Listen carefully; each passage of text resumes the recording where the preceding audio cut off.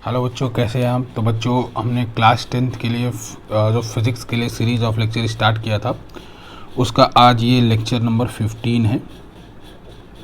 ठीक है बच्चों, लेक्चर नंबर 15 है। और आज के लेक्चर में बच्चों हम एक नया टॉपिक पढ़ने वाले हैं और एक नया चैप्टर शुरू करने वाले हैं, जो कि एनसीईआरटी साइंस जो है क्लास 10th का, उसका चैप्टर नंबर बच्चे, उसका चैप्टर नंबर 12 है और उसका नाम है इलेक्ट्रिसिटी। ठीक है, इलेक्ट्रिसिटी। ठीक है बच्चे, तो हम आज इलेक्ट्रिसिटी पढ़ने वाले हैं। ठीक है, तो सबसे पहले बच्चे मैं यही पूछता हूँ आपसे कि इलेक्ट्रिसिटी होता क्या है, व्हाट इज़ इलेक्ट्रिसिटी। ठीक है, तो इलेक्ट्रिसिटी के बारे में लिख लीजिए कि इलेक्ट्रिसिटी क्या होता है। इलेक्ट्रिसिटी के बारे में लिख लीजिए बच्चों, इट इज़ द कलेक्शन, इसके बारे में लिख लीजिए, it is the collection of all the phenomenon, it is the collection of all the phenomenon which involve the electric charge, मतलब इस दुनिया में जितने भी फिनोमेना हो रहे हैं बच्चे, अगर उसमें इलेक्ट्रिक चार्ज इन्वॉल्व है तो उसको हम क्या कहेंगे, वो किसके अंदर पढ़ा जाएगा, इलेक्ट्रिसिटी के अंदर। ठीक है, तो बच्चों इलेक्ट्रिसिटी के बारे में हमने पढ़ा भाई कि दुनिया में जितने भी फिनोमेना अगर उनके अंदर इलेक्ट्रिक चार्ज इन्वॉल्व है तो उनको हम कहेंगे इलेक्ट्रिसिटी। अब एक बात बच्चे, जो इसमें सबसे बेसिक चीज़ में क्या निकल के आई, बेसिक चीज़ निकल के आई इलेक्ट्रिक चार्ज। अब इलेक्ट्रिक चार्ज क्या होता है बच्चे, अगर मैं चार्ज की सिंपल बात करूं, इलेक्ट्रिक चार्ज या चार्ज भी कहें तो वही मतलब समझेंगे आप। तो इलेक्ट्रिक चार्ज क्या होता है बच्चों, तो इलेक्ट्रिक चार्ज के बारे में लिख लो कि चार्ज या इलेक्ट्रिक चार्ज क्या होता है। तो लिख लो चार्ज के बारे में, it is the basic fundamental quantity, it is the basic fundamental quantity, it is the basic fundamental quantity just like the mass, it is the basic fundamental quantity just like the mass. जैसे बच्चों क्या होता है कि इस दुनिया में कोई भी चीज़ जब बनी होगी तो उसके पास मास बाय डिफ़ॉल्ट होगा। ठीक है, उसी ही तरह से बच्चों दुनिया में अगर कोई भी चीज़ बनी होगी तो उसके पास एटम भी बाय डिफ़ॉल्ट होगा। अगर एटम बाय डिफ़ॉल्ट है तो उसके अंदर चार्ज भी बाय डिफ़ॉल्ट होगा। तो इसका मतलब ये हुआ कि इस दुनिया में कोई भी अगर मैटर है तो जस्ट लाइक द मास, उसके पास शुरू से ही मास है तो उसके पास शुरू से ही चार्ज भी है। तो charge is the basic fundamental quantity just like the mass. ठीक है बच्चे, अब इसके बाद आपको पता है भाई कि चार्ज जो है, इसकी कितने तरह के चार्ज होते हैं ये बताने की आपको ज़रूरत नहीं बच्चे। तो कितने तरीके के चार्ज होते हैं आप जानते होंगे, positive and negative, positive charge and negative charge, बिल्कुल ये बताने की आपको ज़रूरत नहीं होगी बच्चे। तो अब मैं पूछने से तो बच्चों पॉजिटिव चार्ज और नेगेटिव चार्ज क्यों आता है किसी ऑब्जेक्ट के ऊपर, है ना।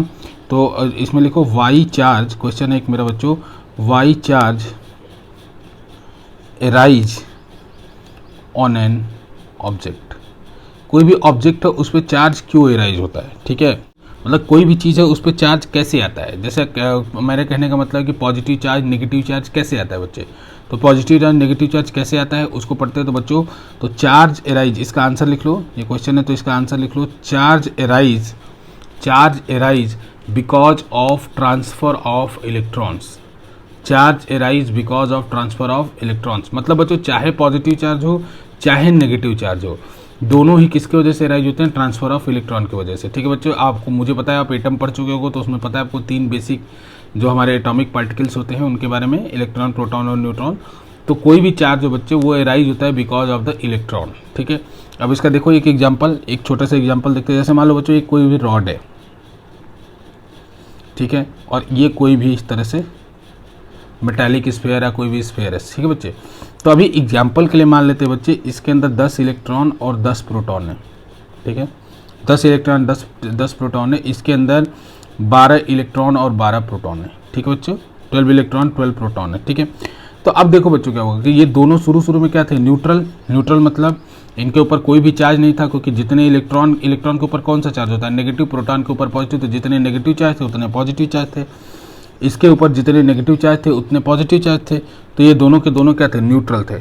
लेकिन बच्चे इलेक्ट्रॉन, मान लो इससे एक इलेक्ट्रॉन निकल के इसके ऊपर आ गया, कैसे आ गया वो अलग सब्जेक्ट है बच्चों। अगर किसी चीज़ को रब करते हो, जैसे आप अपने बाल से कंघी को रब करते हो तो रबिंग की वजह से आ जाता है, तो आप उसके बाद देखते हो कि बिट्स ऑफ पेपर को अट्रैक्ट करता हो। ठीक है ना, तो कंघी क्या हो गई आपकी, चार्ज हो गई, या किसी चीज़ को, तो ये चार्जिंग बाय फ्रिक्शन है। और भी तरीका होता है बच्चे, चार्जिंग बाय इंडक्शन होता है। तो अभी हम उस पर नहीं जा रहे हैं, लेकिन सिंपल आपको समझना है कि अगर किसी भी तरीके से हम इसका एक इलेक्ट्रॉन निकाल के, अब इलेक्ट्रॉन ही क्यों निकलेगा, अब ये भी क्वेश्चन कर सकते हो भाई कि इलेक्ट्रॉन ही क्यों निकलेगा। तो देखो बच्चों, प्रोटॉन को मूव कराना डिफिकल्ट है, क्योंकि इलेक्ट्रॉन को क्या है, इलेक्ट्रॉन एक प्रोटॉन एक न्यूक्लियस के अराउंड, प्रोटॉन मूव कराना मतलब न्यूक्लियस मूव कराना आसान नहीं है। इलेक्ट्रॉन जो है बच्चों अलग अलग सेल में घूमते रहते हैं, तो सबसे बाहर वाला जो सेल होता है उसको क्या बोलते हैं, वैलेंस सेल। तो वैलेंस सेल से इलेक्ट्रॉन निकालना हमारे लिए क्या होता है, आसान होता है। तो जितना मतलब मिनिमम एनर्जी में इलेक्ट्रॉन और प्रोटॉन में से बच्चे इलेक्ट्रॉन निकल पाएगा। तो अगर इससे इलेक्ट्रॉन निकल गया बच्चों, तो बाद में जो सिचुएशन क्या हुई दोनों के ऊपर देखें, तो इसके ऊपर हो गया 11 इलेक्ट्रॉन और इसके ऊपर हो गया 10 प्रोटॉन। इसके ऊपर कितना होगा, इसके ऊपर हो गया 11 इलेक्ट्रॉन और इसके पास हो गया 12 प्रोटॉन। तो देखो बच्चों यहाँ पे क्या हुआ, यहाँ पे 10 प्रोटॉन ने 10 इलेक्ट्रॉन के इफेक्ट को कैंसिल कर दिया, लेकिन 1 इलेक्ट्रॉन का इफेक्ट डोमिनेट कर गया। इसका मतलब इसके ऊपर कैसा चार्ज आएगा, नेगेटिव। और इसने क्या किया बच्चों, 11 इलेक्ट्रॉन ने 11 प्रोटॉन के इफेक्ट को कैंसिल कर दिया, लेकिन एक प्रोटॉन का इफेक्ट बच गया, तो इसके ऊपर चार्ज कितना आएगा, पॉजिटिव। ठीक है, अब इसके बाद देखो बच्चों चार्ज पॉजिटिव आया, तो ये यानी इसके ऊपर कितना, नेगेटिव में कितना चार्ज होगा, तो कितना चार्ज बचा एक्सेस में, ई के बराबर जो चार्ज यानी इलेक्ट्रॉन होता है, इसके ऊपर पॉजिटिव में कितना चार्ज है, प्लस ई के बराबर। तो ये ई की वैल्यू होती कितनी बच्चों, चार्ज यानी इलेक्ट्रॉन को कितना मतलब अगर केवल मैग्नीट्यूड की बात कर रहा हूँ बच्चों, ई की वैल्यू होती कितनी, 1.6 इंटू 10⁻⁻19 कूलम। ठीक है, 1.67 होता है, लेकिन 1.6 इंटू 10⁻⁻19 कूलम। ठीक है बच्चों, ये सी क्या है, सी इज कूलम। ठीक है बच्चों, कूलम क्या होता है, coulomb is the unit of charge, ठीक है, यूनिट ऑफ चार्ज। ठीक है, कूलम के नाम पे एक साइंटिस्ट थे, उनके नाम पे इनको यूनिट दी जाती है बच्चों को। अगर मैं ई जो है एक फंडामेंटल सबसे स्मॉलेस्ट, ऐसा मान सकते हो आप कि सबसे स्मॉलेस्ट चार्ज जो पॉसिबल है इस पूरे यूनिवर्स में, वो किसके बराबर है, ई के बराबर, या प्लस ई या माइनस ई। क्योंकि सबसे मिनिमम चार्ज कब पॉसिबल होगा, जब केवल एक इलेक्ट्रॉन जाए बच्चों। अब उससे ऐसा तो हो नहीं सकता कि आधा इलेक्ट्रॉन चला जाए, इलेक्ट्रॉन आधा टूट के चला जाए इस ऑब्जेक्ट से इस ऑब्जेक्ट तक। तो सबसे मिनिमम चार्ज कब पॉसिबल होगा, जब एक इलेक्ट्रॉन जाए। तो it is also the minimum possible charge, it is also the smallest charge. मैं कहूँ कि स्मॉलेस्ट चार्ज पॉसिबल। ठीक है बच्चों, ये सबसे स्मॉलेस्ट चार्ज है, या मैं बोलूँ स्मॉलेस्ट यूनिट ऑफ चार्ज है। ठीक है, तो ये देखो बच्चों, ये 1.6 into 10⁻⁻19 coulomb is the smallest unit of charge, मतलब एक इलेक्ट्रॉन के ट्रांसफर की वजह से जो अराइज होता है। ठीक है बच्चों, इस ई की वैल्यू को आपको याद रखना है। और चार्ज ऑन इलेक्ट्रॉन किसके बराबर होता है, चार्ज ऑन इलेक्ट्रॉन की बात करूँ बच्चों, चार्ज ऑन इलेक्ट्रॉन की बात करूँ तो चार्ज ऑन इलेक्ट्रॉन जो होगा वो बराबर होगा माइनस ई के, और चार्ज ऑन प्रोटॉन किसके बराबर होगा, चार्ज ऑन प्रोटॉन बराबर होगा बच्चों किसके, प्लस सी के। ठीक है, चार्ज ऑन प्रोटॉन बराबर होगा प्लस सी के। ठीक है, तो it is the minimum possible charge, इससे ज़्यादा नहीं। वैसे बच्चों एक बात बताऊं मैं आपको, ये मिनिमम पॉसिबल चार्ज नहीं, इसके अलावा और भी चार्जेस की डिस्कवरी हो चुकी है जो इससे छोटे चार्ज है, लेकिन वो हमारे सिलेबस में नहीं है। जैसे उनको कहते हैं बच्चों क्वार्क्स, ठीक है, इनकी डिस्कवरी हो चुकी है। और इनके ऊपर जो चार्ज होता है बच्चों होता है ±E/3, ±2E/3। ठीक है ना, तो ये सब हमको पढ़ना नहीं है। हमारे लिए जो मिनिमम चार्ज होगा वो तभी पॉसिबल है जब मिनिमम एक इलेक्ट्रॉन ट्रांसफ़र हो। तो जिस पे ट्रांसफ़र हुआ बच्चे, जो जिस पे ट्रांसफ़र हुआ वो माइनस ई चार्ज हो गया, उसके ऊपर नेगेटिव ई चार्ज हो गया। जिससे ट्रांसफ़र हुआ उसके ऊपर प्लस ई चार्ज हो गया। ठीक है ना, तो देखो बच्चों, तो अभी वाई चार्ज एराइज का मैं आंसर कर रहा था कि Y charge arise on object, तो charge arise because of the transfer of electron. अब देखो बच्चों, ट्रांसफर ऑफ इलेक्ट्रॉन की वजह से चाहे पॉजिटिव चार्ज हो चाहे नेगेटिव चार्ज हो, दोनों के दोनों किसकी वजह से राइज होते हैं, ट्रांसफर ऑफ इलेक्ट्रॉन की वजह से। जिससे ट्रांसफर हुआ रहता है वो होता है पॉजिटिव, जिस पर ट्रांसफर हुआ रहता है वो हो जाता है नेगेटिव। ठीक है ना बच्चे, ये हो गया। अच्छा, अब ई की वैल्यू सबको याद रखनी है, ई की वैल्यू 1.67 इंटू 10⁻⁻19 कूलम। तो देखो बच्चों, अब ये देखो ई के जो चार्ज है इसको थोड़ा और देखते हैं। ई की वैल्यू 1.67 इंटू 10⁻⁻19 कूलम। ये एक बड़ी यूनिट है या छोटी यूनिट, बताओ बच्चों। एक जैसे मैंने एक लिखा, एक चार्ज आपको ये लिखा और एक बार लिखा मैंने 1 कूलम। मान लो चार्ज की वैल्यू क्यू से रिप्रेजेंट करते हैं ज़्यादातर चार्ज को। अब चार्ज की वैल्यू है 1 कूलम बच्चों, तो बताओ कौन सी यूनिट बड़ी है, ई बड़ी है या ये क्यू बड़ा है। ये क्यू बड़ा है बच्चों, क्योंकि ई का देखो 10⁻⁻19 माइनस करने, -19 का मतलब समझ ही रहे होगे कि 1.67 को 10 इंटू 10 19 टाइम्स से डिवाइड किया गया है, तभी जाके 10⁻⁻19 कूलम आएगा।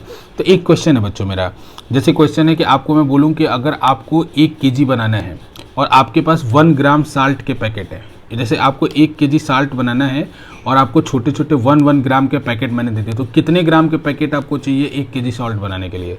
अगर 1 ग्राम के सॉल्ट के पैकेट मैंने दे दिए और आपको 1 kg बनाना है, तो कितने ग्राम आप कितने पैकेट चाहिए वैसे एक एक ग्राम के आप 1 kg बनाने के लिए। तो बच्चों आपको कितने पैकेट चाहिए 1000 पैकेट, क्योंकि बच्चों आपको पता है कि 1 kg बराबर 1000 ग्राम होता है। तो 1 ग्राम का अगर पैकेट है तो वैसे ऐसे 1000 पैकेट चाहिए जिससे हमें 1 kg मिल जाएगा।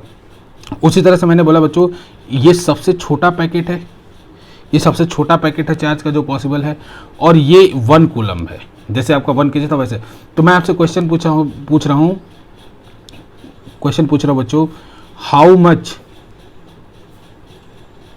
Much electron must be transferred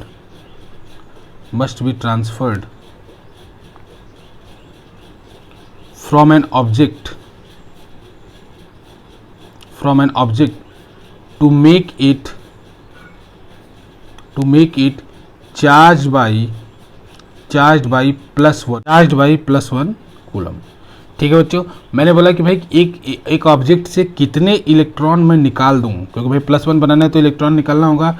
तो मैंने आपसे पूछा कि कितने इलेक्ट्रॉन मैं निकाल दूं जिससे कि इसके ऊपर जो चार्ज आ जाए वो कितना आ जाए +1 कूलम। या इनडायरेक्टली मैं कह रहा हूं बच्चों कि अगर +1 कूलम का चार्ज बनाना है तो कितने इलेक्ट्रॉन ट्रांसफर करने होंगे, है ना, किसी ऑब्जेक्ट से कितने इलेक्ट्रॉन निकालने होंगे। या -1 का चार्ज बनाना है तो किसी ऑब्जेक्ट पे कितना इलेक्ट्रॉन देना होगा। ठीक है, या सिंपल मैं बोलूँ कि 1 कूलम में कितने इलेक्ट्रॉन होंगे, कितने इलेक्ट्रॉन का ट्रांसफर होगा। तो देखो बच्चों अब ये कैसे निकालें। तो देखो बच्चों अब हमको पता है कि एक इलेक्ट्रॉन के ऊपर जो चार्ज होता है वो होता है 1.67 × 10⁻⁻19 कूलम। ठीक है, तो 1 कूलम में कितने इलेक्ट्रॉन होंगे, यूनिटरी मेथड लगाओ।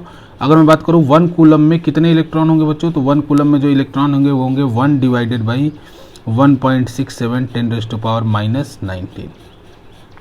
जब 1 इलेक्ट्रॉन में इतने कूलम बच्चों 1 ई में इतने कूलम, तो 1 कूलम में कितने ई, तो डिवाइड कर दो, ऐसे डिवाइड कर दो।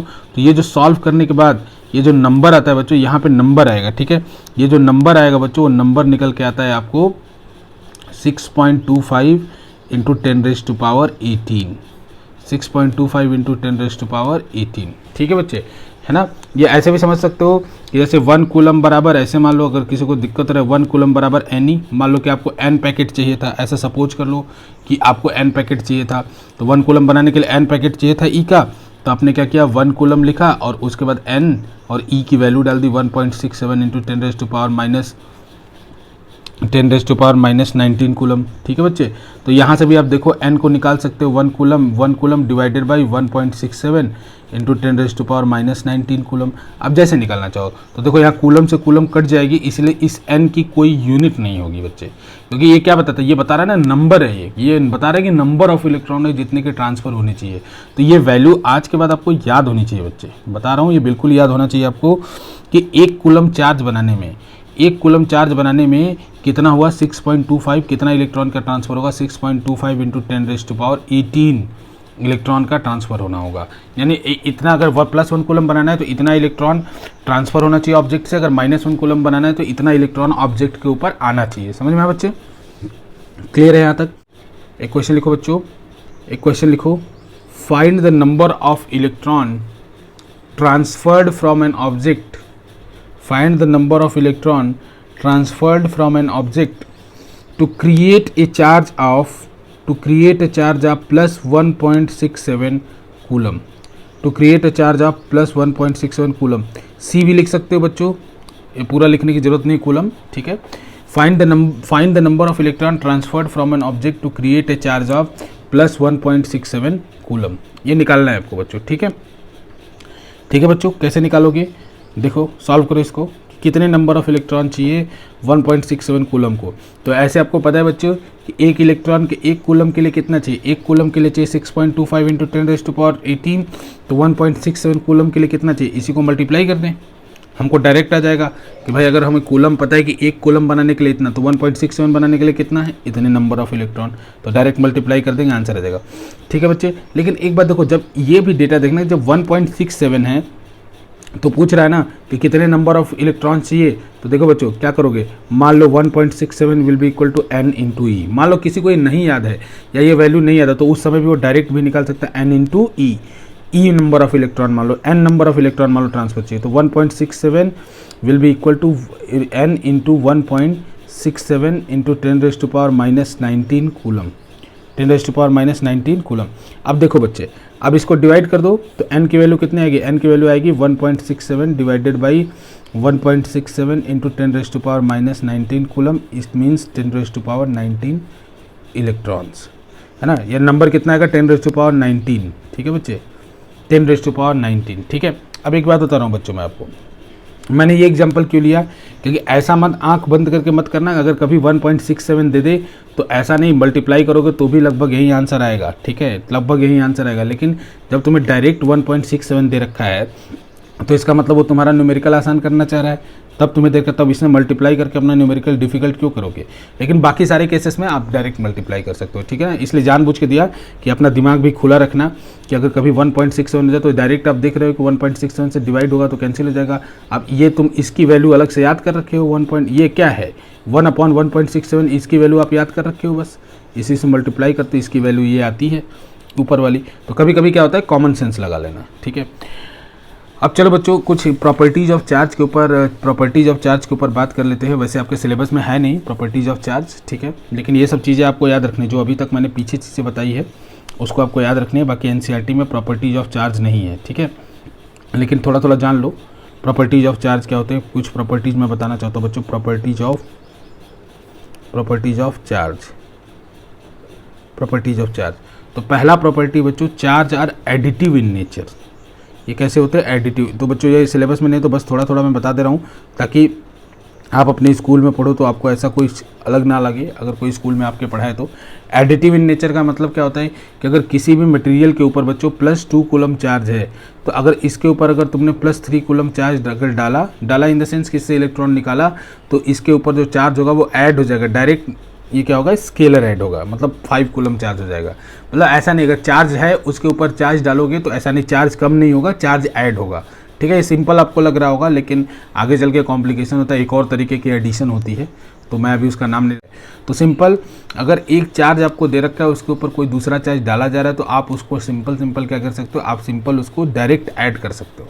जैसे इसको +2 था +3 डाला मैंने 5, कल के दिन आपने -1 डाला होता मैं डायरेक्ट कर देता +1 कूलम, ठीक है। Additive in charges are additive in nature, मतलब ऐड होते हैं डायरेक्ट, ठीक है। दूसरा होता है चार्जेज आर कंजर्व्ड। दूसरा जो प्रिंसिपल बच्चों कंजर्वेशन ऑफ चार्ज।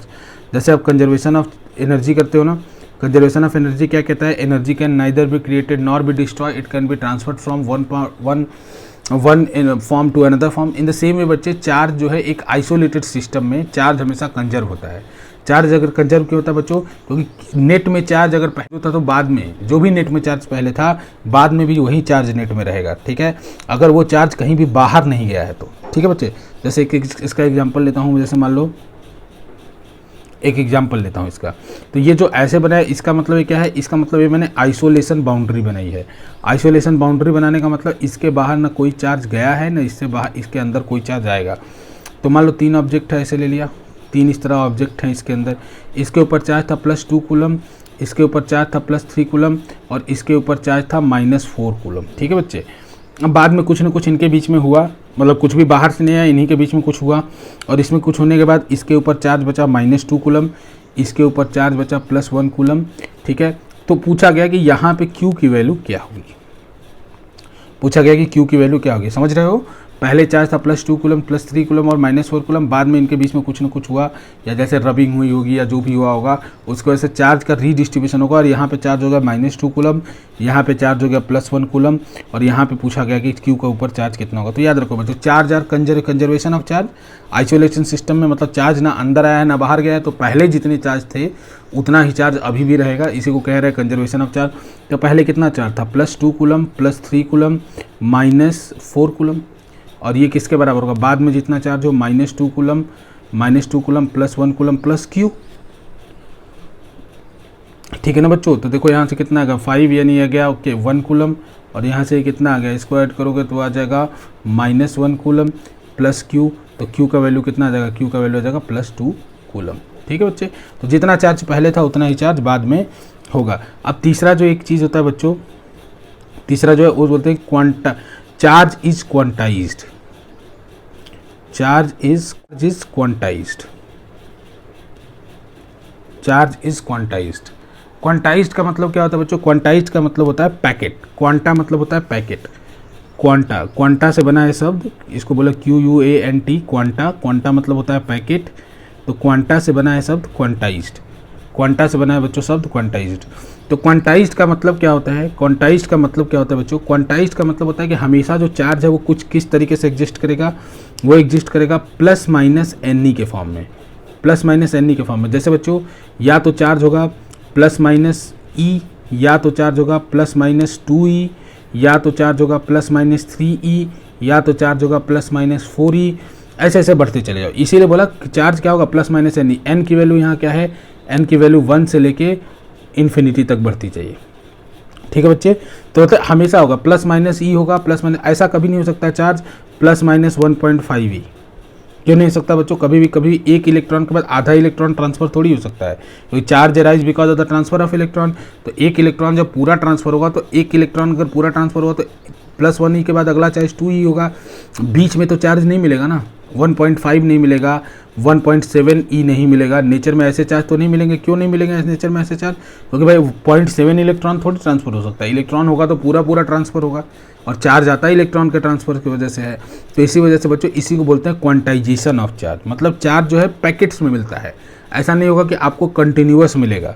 कंटिन्यूअस का मतलब समझ रहे बच्चों? मतलब ऐसा नहीं कि बीच में 1.5E चार्ज मिलेगा, 1.2E चार्ज मिलेगा। हमेशा आपको charge plus minus E, plus minus 2E, plus minus 3E, so on so forth, integer में integer multiple of, integral multiple of E में मिलता रहेगा। इसी को बोलते हैं मतलब चार्ज। इसीलिए स्टेटमेंट होता है इसका बच्चों charge always exist in integral multiple of E। Integral multiple of E, charge always exist in integral multiple of E। खैर आपको इसमें बहुत ज़्यादा ध्यान देने की ज़रूरत नहीं है, ठीक है। लेकिन बच्चों कई स्कूलों में मैंने देखा है, जैसे दिल्ली पब्लिक स्कूल में ये सब चीज़ें बताई जाती हैं, तो इसके लिए मैंने आपको तो इसलिए मैंने थोड़ा सा आपको ब्रीफ इंट्रोडक्शन दे दिया, ये चीज़ बताते हुए बच्चों कि ये सिलेबस में आपके नहीं है, ठीक है। अब इसके बाद इसका चौथा प्रॉपर्टी देख लो, last property, fourth and last property of the charge. बस ये फन फैक्ट की तरह है एक बच्चों, fourth and last property, it is independent of speed. It is independent of speed. Independent of speed, ये स्पीड के इंडिपेंडेंट होता है। अब बोला कि भाई ये क्या मतलब हुआ? तो देखो बच्चों, एक जैसे चार्ज भी एक फंडामेंटल क्वांटिटी है, मास भी एक फंडामेंटल क्वांटिटी है, लेकिन आइंस्टीन के इक्वेशन के अनुसार मास जो है वो डिपेंड करती है किसके ऊपर? स्पीड के ऊपर, 1 - v²/c²। मतलब अगर किसी भी ऑब्जेक्ट का स्पीड कंपेरेबल टू लाइट हो जाए या उसके कुछ फ्रैक्शन में हो जाए, v/c का रेशियो के ऊपर डिपेंड करेगा बच्चों। अगर इस फ्रैक्शन में हो जाता है तो उसका जो मास है वो बदलने लगता है, उसका मास जो है बदलने लगता है। लेकिन चार्ज के लिए ऐसी कोई इक्वेशन नहीं बनी है। जैसे मास भी एक फंडामेंटल क्वांटिटी है, तो उसमें ये है जो है मास जब अगर आप स्पीड से चलोगे तो वो बदल जाएगा, ठीक है। अगर लाइट के कंपेरेबल स्पीड होगा तो वो मास बदल जाएगा, लेकिन ऐसा कभी भी चार्ज के लिए नहीं है कि आपको चार्ज जो है वो स्पीड के साथ चलने के लिए। तो इट इज़ इंडिपेंडेंट, ऐसी कोई भी इक्वेशन चार्ज के लिए एग्जिस्ट नहीं करती है, तो it is independent of speed, ठीक है। तो ये बच्चों ये 4 प्रॉपर्टीज़ रही, ठीक है। वैसे आपको इन प्रॉपर्टीज़ को पढ़ना है क्लास 12th में, लेकिन अभी के लिए बस थोड़ा ब्रीफ इंट्रोडक्शन, इसको आपको लिखने की भी ज़रूरत नहीं है, बस थोड़ा समझ लीजिए, ठीक है। अब हम बात करते हैं बच्चों करेंट की, ठीक है, करेंट की। अब बात करते हैं करेंट की, ठीक है। करेंट क्या होता है बच्चों? तो हेडिंग लिख लो करेंट। अब करेंट के बारे में लिखो, करंट के बारे में लिखो बच्चों, it is the rate of flow of charge, ठीक है। चार्ज के फ्लो होने की जो रेट है उसको हम क्या कह रहे हैं? करंट, ठीक है बच्चों, rate of flow of charge. तो देखो इसको रिप्रेजेंट किया जाता है कैसे? इसको रिप्रेजेंट किया जाएगा I से, और इसकी वैल्यू क्या होगी बच्चों? Q/T। तो ये पहला फार्मूला आपके इलेक्ट्रिसिटी का आया, इसको रिप्रेजेंट किया जाएगा I से, और इसका जो होगा फार्मूला Q/T। Q यहाँ पे क्या है बच्चे? Q है यहाँ पे चार्ज, Q है यहाँ पे चार्ज, जिसकी यूनिट क्या होगी? कूलम्ब। आपको पता है T हमेशा ही, आपको T यहाँ पे टाइम है, और टाइम, क्योंकि बच्चों जैसे आपने पढ़ा होगा कि rate of change of distance is speed, उसी तरह rate of change of charge है तो यहाँ टाइम से डिवाइड किया जाएगा। जैसे rate of change of distance होता था तो वहाँ टाइम से डिवाइड किया जाता था, उस तरह एनालॉजी बना के समझ सकते हो। फिर उसके बाद आई क्या है बच्चों, और टाइम को ये कैसे पुट करना है आपको, ये टाइम को कैसे पुट करना है, हमेशा आपको सेकेंड में पुट करना है, याद रखना। इस फॉर्मूले में हमेशा टाइम को आपको सेकंड में पुट करना है, ठीक है। इसको टी से रिप्रेजेंट किया और टाइम को हमेशा आपको सेकंड में पुट करना है, ठीक है। अब आई किस में होता है, आई जो है बच्चों करंट है, करंट, और इसकी यूनिट होती है एम्पियर, इसकी यूनिट होती है बच्चों एम्पियर। इसको हम एब्रीविएशन जो होगा इसका ए होगा, मतलब हम हमेशा ही करंट को जो जैसे अगर निकाला हमने कोई भी चीज़ करंट की वैल्यू कैलकुलेट की तो उसको हम लिखेंगे 2 एम्पियर 3 एम्पियर, ठीक है। तो लिखो बच्चों एक क्वेश्चन लिखो। अब इसके बाद ये फार्मूला, पहला फार्मूला, इसी तरह फार्मूले पढ़ते जाएंगे, उनके ऊपर न्यूमेरिकल हम करते जाएंगे। तो एक क्वेश्चन लिखो बच्चों, एक क्वेश्चन लिखो कि if 6 coulomb charge flows through a circuit, if 6 coulomb charge flows through a circuit for 0.5 second, for 0.5 second, if 6 coulomb charge flows through a circuit for 0.5 second, then find the value of current, then find the value of current. If 6 coulomb charge flows for 0.5 second, then find the value of current. तो कितना होगा current की value बताओ। तो आई की value simple बच्चों कितना 6 coulomb है, 0.5 है, इसको करोगे कितना का 12, तो इसकी यूनिट क्या डालोगे 12 एम्पियर।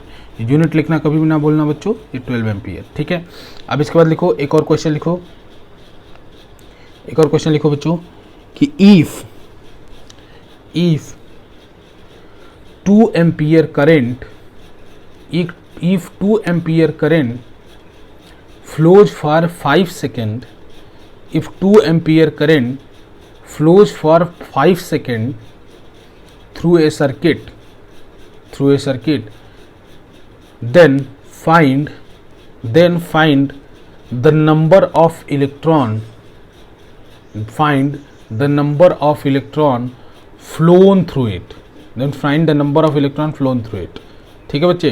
कि अगर 2 एम्पियर का करंट 5 सेकंड के लिए फ्लो करता है तो बच्चों आपको बताना है कि कितना नंबर ऑफ इलेक्ट्रॉन उससे पास करेगा। तो यहाँ क्वेश्चन में क्या देखा है, कितना नंबर ऑफ इलेक्ट्रॉन, अब की बार पूछा आपसे नंबर ऑफ इलेक्ट्रॉन, दिमाग लगाना बच्चों, क्वेश्चन को अपने से सॉल्व करना। मैं बता दे रहा हूँ क्वेश्चन में क्या क्या गिवन है आपको बच्चे। करंट की वैल्यू गिवन है आपको 2 एम्पियर और टाइम की वैल्यू कितनी दे रखी है 5 सेकेंड, और आपसे पूछा क्या है, आपसे पूछा है नंबर ऑफ इलेक्ट्रॉन्स, जो कि नंबर ऑफ इलेक्ट्रॉन्स जो कि इस सर्किट से फ्लो हुए, नंबर ऑफ इलेक्ट्रॉन्स। क्योंकि बच्चों देखो मैं आगे बताऊंगा अभी, उसके लिए आप परेशान ना हो, लेकिन अभी के लिए नंबर ऑफ इलेक्ट्रॉन्स आपको निकालना है कि जो कि इस सर्किट से फ्लो हुए होंगे, ठीक है। सॉल्व करो इसको, सॉल्व करके इसका आंसर बताओ, सॉल्व करके इसका आंसर बताओ। तो कैसे निकालोगे, तो सबसे पहले इस फॉर्मूले का यूज करके Q निकाल लो, I = Q/T। तो Q का वैल्यू कितना देगा, Q का वैल्यू आ जाएगा I × T। तो I × T करने का मतलब कितना, तो ये हो जाएगा 2 × 5 यानी कितना जाएगा 10 कूलम। लेकिन हमसे आंसर तो चार्ज तो पूछा नहीं है, हमसे पूछा है भाई कि एक इसमें जो अगर 2 एम्पियर का करंट 5 सेकंड के लिए फ्लो करता है तो सर्किट से कितने इलेक्ट्रॉन फ्लो करेंगे। तो हमको पता है कि अगर 1 कूलम चार्ज होता है तो उसको क्रिएट करने के लिए कितने इलेक्ट्रॉन फ्लो करते हैं 6.25 × 10⁻18। तो यहाँ कितना होगा, तो नंबर ऑफ इलेक्ट्रॉन कितना हो जाएगा, एन का वैल्यू कितना हो जाएगा, चार्ज भाई 1 कूलम चार्ज को फ्लो कराने के लिए चलते हैं 6.25 × 10⁻18 इलेक्ट्रॉन। जो याद करो पिछले इसमें जो n निकाला था बच्चों ना, उस n का यूज करने वाला हूँ। तो 10 कूलम के लिए कितना 6.25 × 10⁻18 से मल्टीप्लाई करो, 6.25 × 10⁻18 से मल्टीप्लाई कर दो। इतने इलेक्ट्रॉन फ्लो हुए होंगे, तो इसको सॉल्व कर लो 6.25 × 10⁻19 इलेक्ट्रॉन्स। और इसकी कोई यूनिट नहीं होगी क्योंकि बच्चों ये नंबर है कि कितने नंबर ऑफ इलेक्ट्रॉन इसके थ्रू फ्लो हुए हैं, ठीक है। ये नंबर है इसलिए इसकी कोई यूनिट नहीं होगी, ये सिंपल है बच्चों। अब इसके बाद मतलब इसी तरह के न्यूमेरिकल इसके ऊपर बेस्ड है। अब नेक्स्ट क्लास में बच्चों, नेक्स्ट क्लास में हम स्टार्ट करेंगे आपका पोटेंशियल और पोटेंशियल डिफरेंस। उससे पहले एक चीज़ समझ लेते हैं बच्चों, ठीक है। जो इससे पहले एक चीज़ समझ लेते हैं, उसका नाम है सर्किट, कि सर्किट क्या होता है, ठीक है। तो सर्किट क्या होता है बच्चों, तो सर्किट के बारे में लिखो, it is the close path, it is the close path formed by, it is the close path formed by A current. कोई करंट है, it is the close path formed by A current तो अगर कोई current है, अगर वो close path बनाता है तो उसको हम कहते हैं सर्किट। ठीक है, तो देखो बच्चों, जैसे अगर आपको बचपन में एक्सपेरिमेंट किया होगा कि एक इस तरीके से आपकी सेल होती थी, जो अभी भी मोबाइल रिमोट वगैरह में लगी हुई है, इस तरह से सेल के ऊपर ऐसे 2 वायर लो, एक इसको इसके इस तरीके से दिखने वाले हिस्से पर कनेक्ट करो और एक इस पे, और इसके बाद जो अभी मार्केट में एलईडी जाती है छोटी वाली, उसको कनेक्ट कर दो इस तरीके से। तो ऐसे कनेक्ट करोगे बच्चों तो वो आपको जलती हुई दिखेगी।